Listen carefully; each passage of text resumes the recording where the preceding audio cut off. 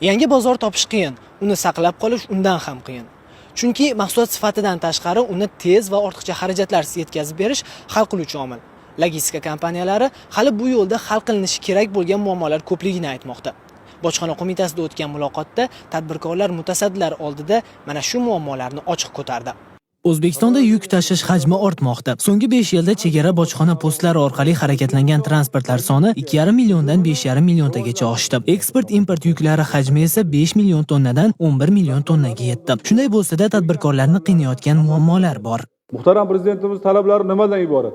Tadbirkorlar uchun sharoit yaratishing kerak. Uni vaqtini, xarajatini qisqartir deyaptilar. Tamom, shu masalani hal qilasan deyaptilar. Vaqti va xarajat qachon qisqaradi? Qachonki sharoit yaratilganda.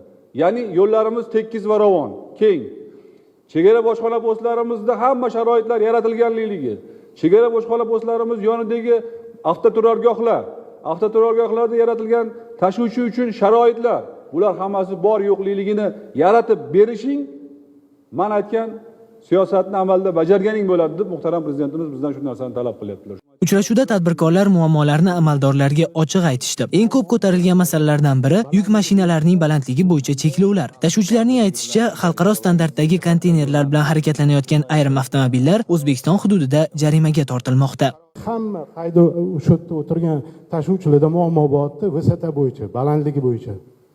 Balandligi bizani standartga to'g'ri kelmas ekan, shu deb bizani transport vazirligi qoshidagi korxona qoshidagi vakillar to'xtatib, shtrafga solib, u shtraf birinchi marta 4 million, ikkinchisida 8 million, uchinchisida o'sha shofer 3 yilga pravasidan lisheni bo'lib ketyapti. Uni ustiga biz u pravasini lishat qilgan shoferni ishga qo'ya olmaymiz. Yana u yerdan shofer qidiramiz. U Y kategoriyadagi haydovchilarni topish bugungi kunda muammo bo'ldi. Aytgandek, mana Amerika vakillari o'zlariga taklif qilib olib ketishyapti.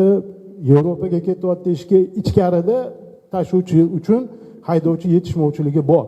Masala yig'ilishning o'zida muhokama qilindi. Transport vazirligi mavjud ko'prik va tunnellar imkoniyatini inobatga olgan holda ayrim yo'nalishlar uchun alohida marshrut mexanizmi ishlab chiqilayotganini ma'lum qildi.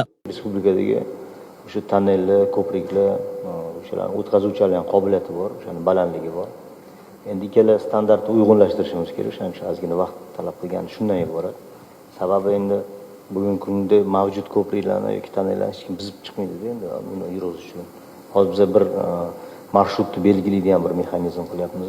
Faqat o'sha marshrutdan yuradigan mexanizmni men o'ylaymanki, bu kunni avgust oylarida masala yechiladi. Yig'ilishda elektron tranzit tizimi bilan bog'liq masalalar ham ko'tarildi. Tadbirkorlarning aytishicha, E-tranzit tizimida ayrim to'lovlarni faqat Paynet orqali amalga oshirish mumkin. Korxona hisobidan pul o'tkazish imkoniyati yo'qligi esa yuklarni rasmiylashtirish jarayonini cho'zayotgani va qo'shimcha vaqt yo'qotishga sabab bo'layotgani bildirildi. Bojxona qo'mitasi raisi bundan xabari yo'qligini aytdi. Qo'l ostidagilarga masalani hal etish uchun bir hafta muddat berdi. Ochiq muloqotning e'tiborli jihatlaridan biri AQShdagi logistika biznesini yo'lga qo'ygan o'zbekistonlik tadbirkorlarning ishtiroki bo'ldi. Ular Chikagoda faoliyat yuritayotgan yirik transport kompaniyalari tajribasini ulashdi.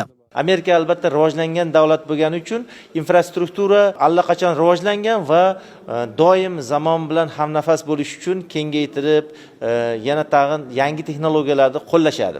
Endi O'zbekistonga ham shularni biz taklif qilyapmizki, qanaqa qilib haydovchilarning vaqtini iqtisod qilish, yukni tashish xarajatlarini kamaytirish va oxir oqibatda iste'molchilarga yoki tannarxni kamaytirish. AQShdagi vatandoshlar minglab yuk mashinalari bor kompaniyalarni boshqarmoqda. Ularning hisob-kitobiga ko'ra, tanish kompaniyalar parkidagi yuk mashinalari soni 20 mingdan oshadi. Yillik aylanma esa milliardlab dollarni tashkil etadi. Endi ular O'zbekistonda ham zamonaviy logistika infratuzilmasiga investitsiya kiritishga tayyor.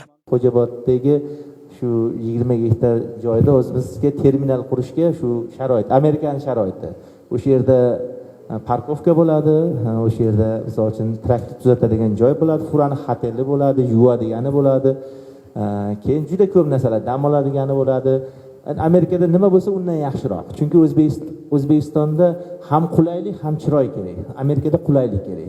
Mutasaddilar logistika markazlarini kengaytirish, yagona to'xtash tamoyilini joriy etish va bojxona jarayonlarini raqamlashtirish bo'yicha rejalarni ham ochiqladi. Xonobod, Angren, Yangiyo'l, Ohangaron, Olot va Termiz hududlarida logistika markazlari uchun jami 300 gektar yer ajratish rejalashtirilgan. Transport logistika tizimida muammolar hali ko'p, ammo tadbirkorlar ko'targan ayrim masalalar bo'yicha muddatlar belgilandi. Qolgan takliflar esa mas'ul idoralar ishlab chiqadigan hujjatlarda inobatga olinishi bildirildi.